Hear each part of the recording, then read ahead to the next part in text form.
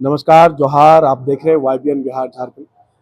लगातार विष्णुनगर का मामला जो इंसिडेंट है उसमें एक नया मोड़ आ चुका है। उसी को लेके अम्बा प्रसाद प्रेस कॉन्फ्रेंस भी की है और पूर्व विधायक भी हैं और राष्ट्रीय सचिव हैं। अम्बा जी, जो आपने आज हजारीबाग इंसिडेंट में एक नया मोड़ देखने को मिला। आपने भीमराव का नाम आया, बीजेपी उसको लेके प्रेस कॉन्फ्रेंस करती है।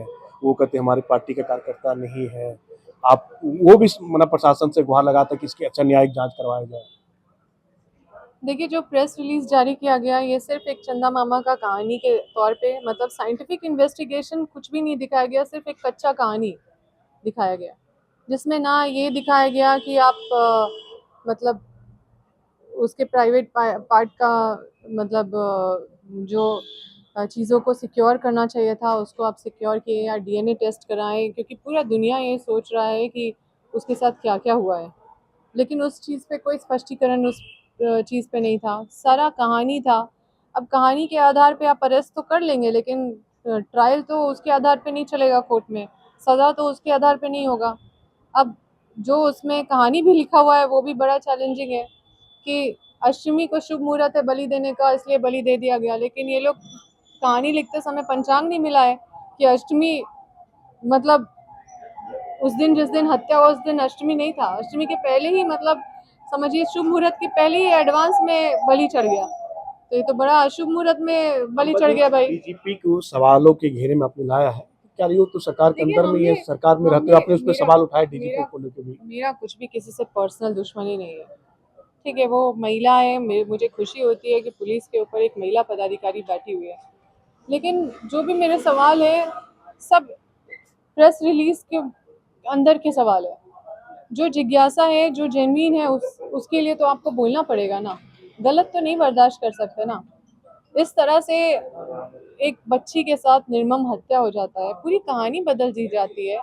ये बताया जाता है कि शुभ मुहूर्त तो चलिए फेल हो गया।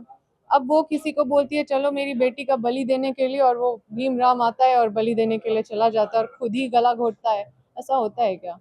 उसमें ये लिखा गया है कि क्योंकि बेटा बीमार रहता है तो इस उसको ठीक करने के लिए बलि दिया गया है, तो जबकि हम। मानते हैं डीजीपी संदेह के घेरे में आपने जिस तरह सवाल उठाया है। आपको क्या लगता है? देखिए, अब तो हम आप लोग पे छोड़ दे रहे हैं, क्योंकि हम कुछ भी तो अपनी तरफ से पर्सनली कोई सवाल नहीं किए हैं। सारा प्रेस रिलीज उनका जो है उसी से सवाल किए हैं।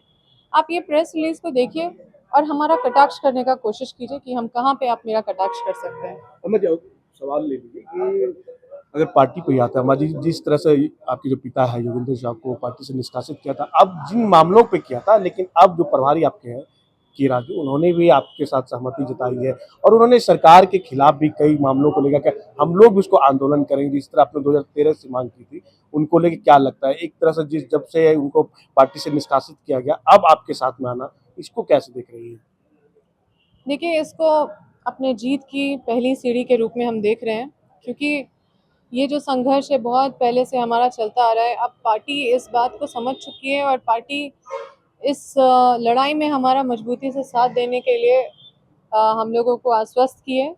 और हम लोग को बहुत सारा, मतलब बात भी हुआ है इस विषय पे कि हम लोग कैसे इस पे काम करेंगे, और मुझे इस पे जिम्मेदारी भी दी जाएगी, बड़ी जिम्मेदारी दी जाएगी, और जिसके लिए मैं तैयार हूँ। ये बहुत बड़ी लड़ाई है, बहुत बड़ा चैलेंज है।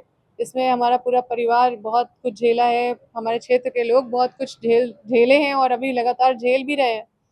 तो इस लड़ाई में को जीत के कगार पे पहुंचाना हमारा संकल्प है, क्योंकि हमारा जो जन्म है वो राजनीतिक जन्म जो बोलते हैं इसी मुद्दे पे हुआ है। और हम जब आए थे तो इन्हीं सब चीज़ों को देख देख के हमने सिस्टम को जाना है कि किस तरह से ये सिस्टम काम करता है, और धीरे धीरे परत सब खुलते गया। हम लोग तो एक एक जो जनता का समस्या है उससे हम लोग जुड़ते हैं और उस पे संघर्ष करते हैं, और हम लोग कोई भी समझौता नहीं करते। पब्लिक का जो समस्या है उसके ऊपर कोई नहीं है, उसके ऊपर ना पार्टी है ना सरकार है। लेकिन हमारी पार्टी से ही मुझे उम्मीद है, क्योंकि बाकी पार्टियां क्या कर रही है लोगों के लिए वो देख लीजिए। और हमारे पार्टी का ये विचारधारा है जिस पे हम चल रहे हैं, और हमारे जो केंद्र नेतृत्व है उनसे भी मुझे आश्वासन मिला है कि इस लड़ाई को तुम लड़ो हम लोग पूरा पार्टी सपोर्ट करेंगे। बट असम में जो चुनाव हो रही है उसमें लग रहा है गठबंधन की कलई खुलती नजर आ रही है, जिस तरह से जेएमएम आप पे कटाक्ष करे विशाला आसाम और कई तरह के आरोप लगा रही है। क्या लगता है कि जहाँ पे हेमंत सोरेन ने कहा है कि मीठा मीठा गप गप करवा करवा तू तू, आप पे ही उन्होंने कटाक्ष किया है कि झारखंड में मीठा मीठा है और आसाम में करवा करवा तू तू इन लोग कर रही है कांग्रेस को, लेकिन उन्होंने कहा है।